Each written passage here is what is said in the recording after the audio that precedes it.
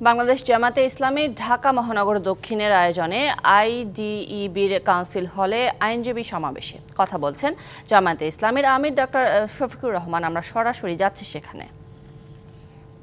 আপনাদের দলের কি পরিমাণ লোক শহীদ হয়েছেন আমি তাদেরকে বলেছি, মাফ করবেন, এ প্রশ্নের জবাব সোজা সাপটা আমার কাছে নেই।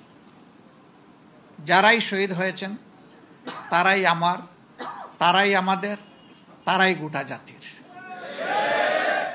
আমরা শহীদদেরকে কোনো দলীয় সম্পত্তি বানাতে চাই না। শহীদরা গোটা জাতির সম্পদ এবং তারা জাতীয় বীর, এই মর্যাদাই তাদেরকে দেখতে চাই। এখানে দাঁড়িয়ে আমার একজন আইনজীবী বন্ধু, তিনি শহীদদের জন্য, শহীদ পরিবারের জন্য সরকারের কাছে একটি কম্পেনসেশন দাবি করেছেন, আহতদের জন্য একটা দাবি করেছেন। আমি বলবো, শহীদদেরকে টাকা দিয়ে মাপা যাবে না। শহীদদের প্রতি ফুটা রক্তের দাম অকল্পনীয়। এই রক্তই এই দেশের মাটিকে পরিচ্ছন্ন করে দিয়েছে।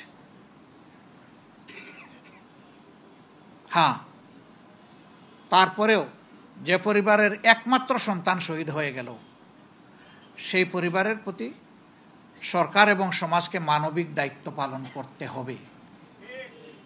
এটা তাদের প্রতি কোনো দয়া নয়, সহানুভূতি নয়, এটি আমাদের জাতীয় দায়িত্ব এবং এটা হতে হবে সম্মানজনক। সম্মানের সাথে এই পরিবার যাতে বসবাস করতে পারে, এরকম করেই তাদেরকে অবশ্যই সহযোগিতা করতে হবে। আমার কাছে উত্তম মনে হয়, ওই রকম অনুগ্রহ আর দয়ার ভাব না দেখিয়ে প্রত্যেকটি পরিবার থেকে যারা কর্মক্ষম রয়েছেন তাদের যোগ্যতা মাফিক তাদেরকে সরকারি চাকরি হাতে তুলে দিতে হবে।